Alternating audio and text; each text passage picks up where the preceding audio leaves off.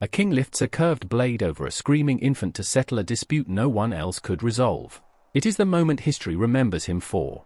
His name was Solomon, and for a while he was the wisest, richest, most envied king the world had ever seen. Then, by his own hand, he undid almost all of it. How does a man given wisdom by God himself still manage to tear his own kingdom apart? That story starts before he ever wore a crown. Solomon became king of Israel as a young man, inheriting a throne his father David had fought his whole life to secure. And almost immediately, God gave him an offer no king before or since ever received. In a dream at the ancient hill shrine of Gibeon, God asked him one question. Ask for whatever you want, and I will give it to you. Most kings would have asked for armies, gold, or the deaths of their enemies. Solomon asked for something almost no ruler before him had ever requested, a wise and discerning heart, so he could govern his people justly. God was pleased with the request, and granted it, along with the riches and honor Solomon never asked for. But a gift like that is only as good as what a man does with it. And Solomon's first real test came almost immediately. 2 women came before him, both claiming to be the mother of the same living baby. One child had died in the night. Neither woman would back down, and there were no witnesses, no records, no way to prove either claim. So Solomon called for a sword and gave an order that stunned the entire court. Cut the living child in 2, and give each woman a half. One woman agreed instantly. Rather do that than let her rival win. The other broke down completely, begging the king to give the baby to the other woman, alive, whatever it cost her personally. And with that single reaction, Solomon had his answer. Only the real mother would rather lose her child than see it harmed. He gave the baby to her, and word of the judgment spread across the entire kingdom within days. It was never really about the sword. It was a test of what each woman valued more, her pride or the child's life. And it told every person in Israel exactly what kind of king they now had. That kind of judgment was not a one-time trick. Solomon is said to have spoken 3,000 proverbs and over 1,000 songs, and rulers from distant lands began sending envoys just to hear him speak. He reorganized the kingdom into administrative districts, expanded trade, and built a professional army with chariots and horses on a scale Israel had never fielded before.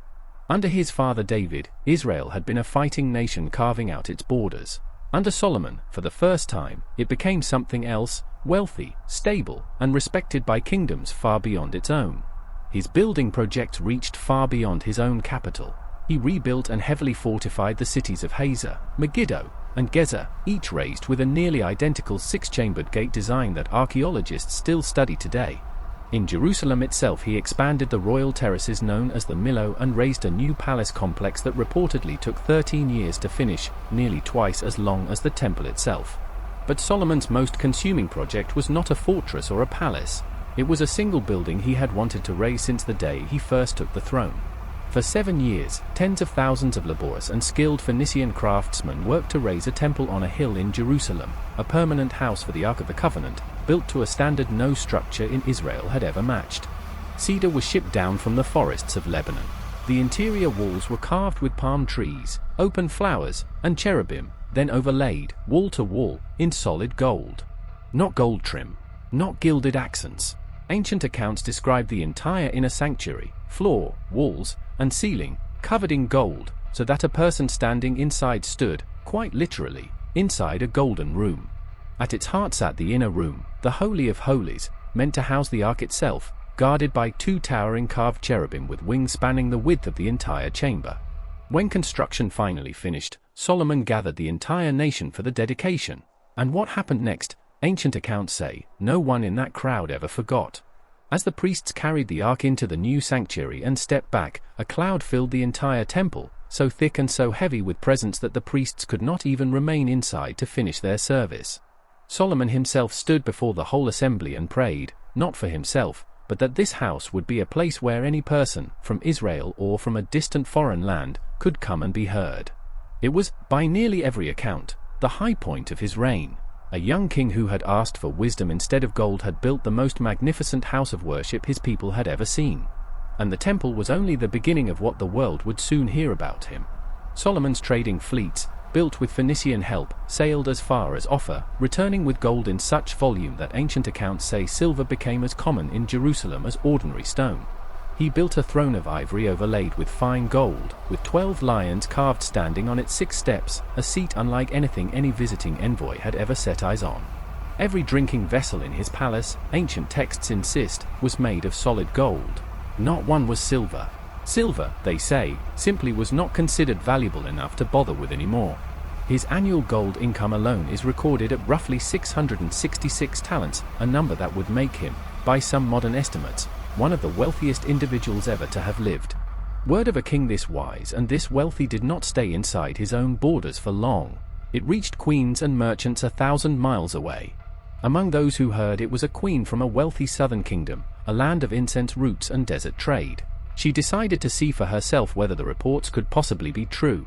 She arrived in Jerusalem with a caravan of camels loaded with spices, gold, and precious stones in quantities the city had rarely seen, and she came prepared with hard questions meant to expose him as a fraud. One by one, Solomon answered every riddle she posed. Ancient tradition says there was nothing too obscure for him, nothing that left him searching for words.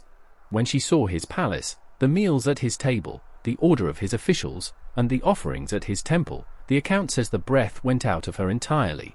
The reports I heard in my own country, she told him, did not tell even half of it. Your wisdom and wealth are far beyond what I was told, she said, before leaving him gifts of gold and rare spice. Later Jewish and Ethiopian traditions expand her visit far beyond Scripture's few verses. Scripture itself confirms only this much: she returned home in genuine awe, and the two kingdoms parted on good terms. Beyond politics and trade, Solomon is credited with 3 major works of Scripture: the practical wisdom of Proverbs, and the passionate poetry of the Song of Songs. Tradition credits him with a 3rd book too, written much later, in a very different tone entirely. We will come back to that one. What an aging king wrote about his own life turns out to matter more than anything he built while young. By every outward measure, Solomon had reached a height no king of Israel had ever come close to. And that is exactly the point in the story where his own account begins to turn. Solomon married widely, and not for love. Marriages to foreign princesses were the standard currency of ancient diplomacy, a treaty sealed in a wedding rather than on paper.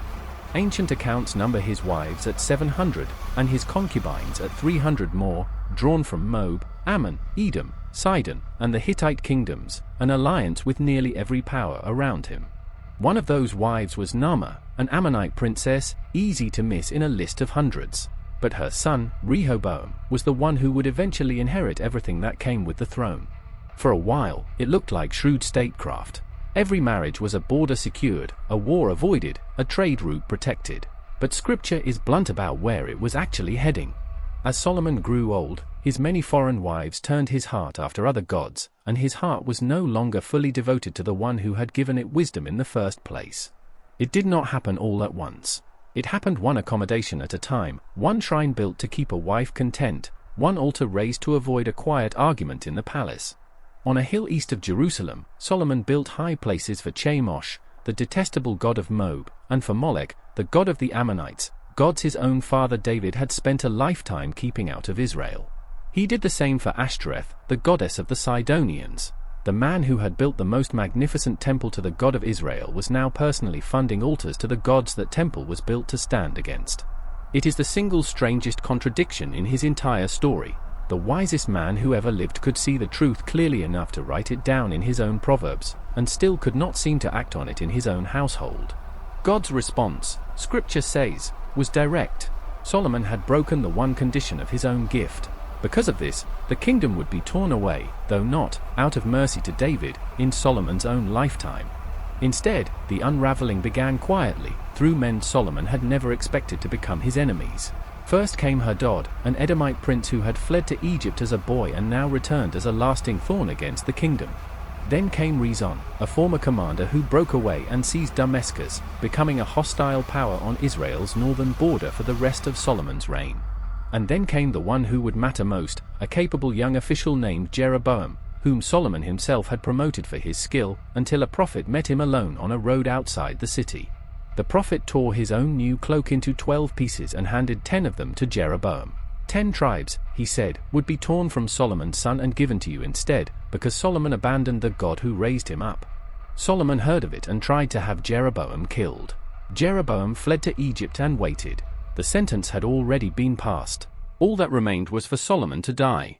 Solomon reigned 40 years in the end, and when he finally died, the throne passed to his son Rehoboam, the very child born to Naamah the Ammonite. The people of Israel came to the new king with one simple request before they would accept him. "Your father put a heavy yoke on us," they said.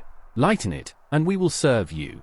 Rehoboam asked for 3 days to think and consulted 2 very different groups of advisors. The older men, who had served his father, told him plainly, "Serve the people well now, and they will serve you forever." Rehoboam set their advice aside and turned instead to the young men he had grown up with.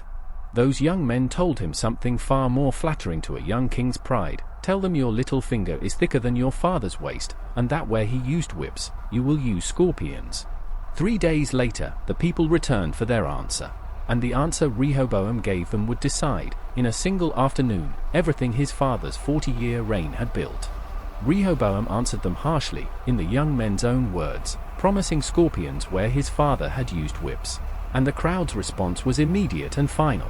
"To your tents, O Israel," the crowd shouted back. "What share do we have in David's son?" 10 of the 12 tribes walked away that same day and never came back. They made Jeroboam, the very man the prophet had once handed 10 torn pieces of cloth to on a dusty road, their king instead.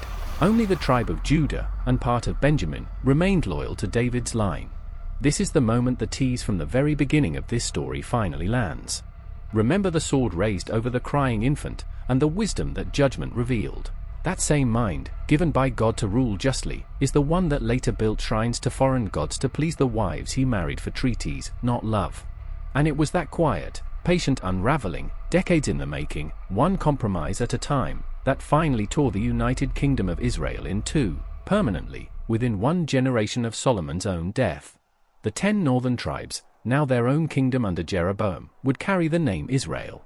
Judah in the south, still loyal to David's descendants, would keep Jerusalem and the temple Solomon's gold had built. Neither kingdom would ever again be as wealthy, as respected, or as secure as Israel was under Solomon at his height. The division he set in motion outlived him by centuries.